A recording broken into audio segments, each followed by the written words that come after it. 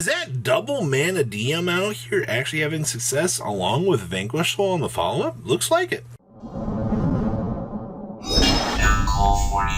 Don't beg 30% of you that have not smashed the ever-living crap out of that subscribe button. Smash it so you guys don't miss out on more awesome content. Is that double Manadium? Yes, it is. I actually am very shocked to see that we have double Manadium out here actually touching down for this event, because for everything that we've seen in terms of breakdowns out here, Manadium has looked like it's been kind of forgotten in the wasteland of time out here.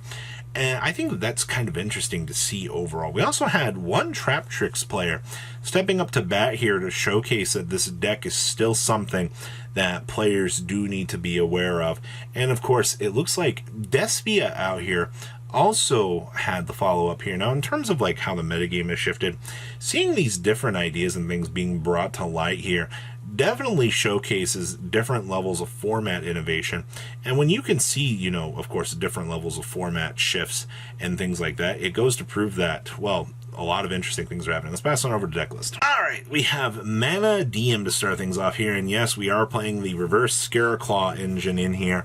That way that you can go through Prisma and laugh at your opponent, because a hero lives and a Prisma is one of the strongest packages that you can kind of do in modern era Yu-Gi-Oh! And because of that, I mean, because Lightheart actually exists as a Link 1 that you're able to, you know, kind of climb back into what your opponent's supposed to do. Also, Manadium is one of the coolest combo decks that actually exist right now in the game. And because you can do the toggling, because you have access to, you know, the combinations of cards that you do in this deck, your synchro lines become very, very interesting in terms of things that you can do. So when you can, you know, bring synchro together, you can bring Link together to open up the door of bold new possibilities.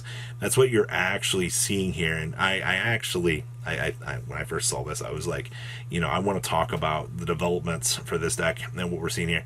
Our next Manadium list here is doing something very similar as well, where you're seeing the Hero Lives package in here with Prisma to open up that door to drop the Visus.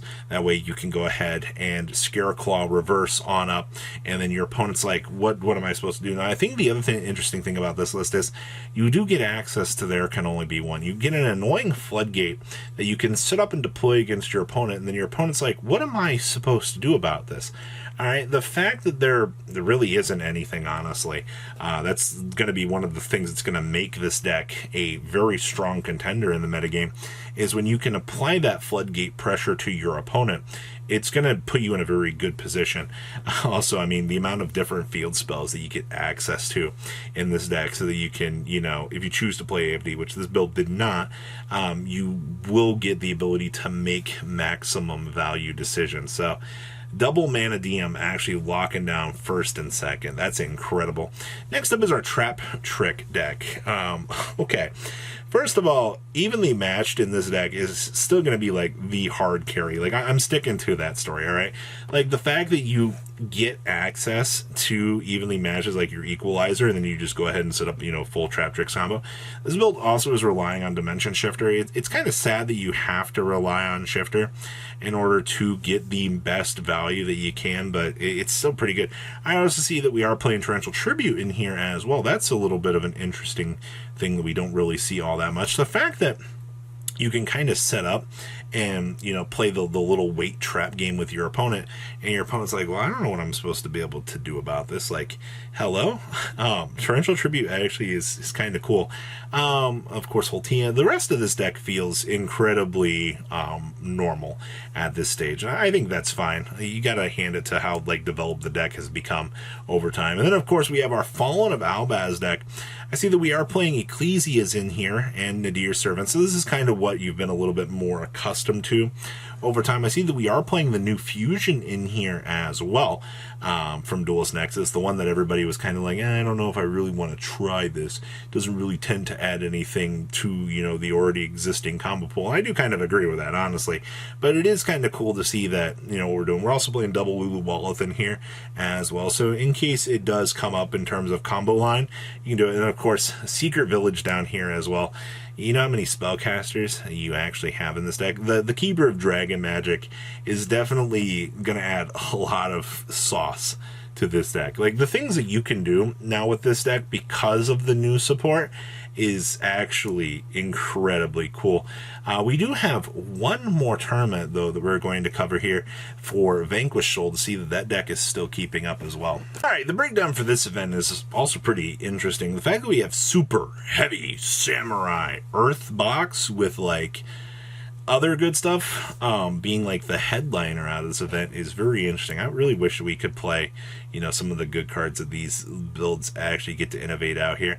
We also had Purely in the top cut for this event. Purely has been like a massive mainstay at this point in time. The fact that we have gotten the chance to see the little kitty cats continue on with their journey here and maintain in the meta is good. Vanquish Soul maintains its foothold here as one of the more well-rounded decks that you can play. It's literally mid-range control for what it wants to do. The fact that the deck just doesn't really care about the opponent, the fact that you can, you know, set up and control your opponent is very, very good. And we also had Math Mech in here as well, so once again showcasing, you know, the addition of Sakitama Aratama for those additional power levels is going to be very, very, very important to the deck. Let's pass on over to deck list. Starting your event here was none other than Super Heavy Samurai Earthbox. Now, this is going to be very reminiscent of the former Earthbox deck that I talked about in the past here, where you can play Gallus the Star Beast and, you know, get the milling power to laugh at your opponent for some additional burn damage. Now, I see that we are also playing the Super Heavy Samurai scales. Do not underestimate how good that those Universal Pendulum scales are, as they give this deck a huge boost. All right, like all of the engines in this deck that are floating together here basically allow this deck the chance to do something. And of course, you do see Curious down there as well. Curious is going to be one of the biggest culprits in this deck for, you know, combo sealing. The fact that you can get your full dump off and then look at your opponent and go, yeah, good luck, have fries. Like, there's not much that you can really do about that. Just in terms of Earthbox combo ability, this deck feels incredibly dangerous, and I think probably one of the strongest decks that you're going to see out here in terms of what you're going to have to deal with for the metagame. I also see here that we have Purely as well. Purely still playing the discard package in here, so that you can sit up for your Shadal stuff and laugh at your opponent is going to be incredibly strong. I will say that the deck is still going to do its thing. I mean, your discard outlet is still going to be resolving around the Shadal stuff, which, as much as you want to say about capitalizing on your advantage for this, is going to be very good. I see we also have Phantasme down here in the side deck as well with those Exceed Encore, so you'll be able to take advantage of your overall power ceiling with this deck. And of course, yeah, we're playing the red reboot. Not letting your opponent get the chance to play the game is actually pretty good. Outside of that, the rest of the deck in terms of floodgates and things are going to be what you're going to have to rely on here in order to kind of curveball your opponent so that they actually can't play the game. Overall, good stuff for this deck. Next up here, we have the Power of Vanquish Soul. So this is our mid-range control deck here that we basically see every single week here, where you rely on skill, and actually you rely on there can only be one. There can only be one in this deck is a stupid good floodgate. Like, the fact you can flip this and not even care, like, all of your mid-range control monsters are going to be different types and attributes anyway, so what do you care? Also, the Small World Bridge here to get to any of the monsters that you are effectively going to need is going to be so good. Also, I mean, the Link 1 mid-range package for this deck is good. Now, this build is not relying on Ghost Reaper like we've seen in previous builds. You do have Draw and Lockbird and friends to kind of detour, slow down the opponent anyway. And of course, I love the one Nibiru in here. Like, if I see it, it's fine. I mean, like, you're not playing Crossout Designator. The ratios do feel a little bit off in terms of that, but I think that that's fine overall. You do get a very wide range of things that you can actually play in this list, which is fine. And then, of course, we have our Math Mech list sporting off Aratama Sakitama in here. When you get locked into Cyverse, your best next alternative is to just access the level 4 normal summon well and then just not even care. I mean, Circular is going to reveal and capitalize and do its thing anyway, so you have no real disadvantage to play the package. It's just, it's going to allow you the chance to do the thing. I love the Crossout Designator red reboot in here so that the opponent can't actually play the game. And then, of course, we played Cynet Codex in here with Microcoder as well to detour the opponent. Well, that is our breakdown for these two events. What do you guys think about everything out of here? Please leave a comment down below, tell me what you guys think, and I will see your beautiful faces back here later today, guys, with some more cool content. patrons. Thank you.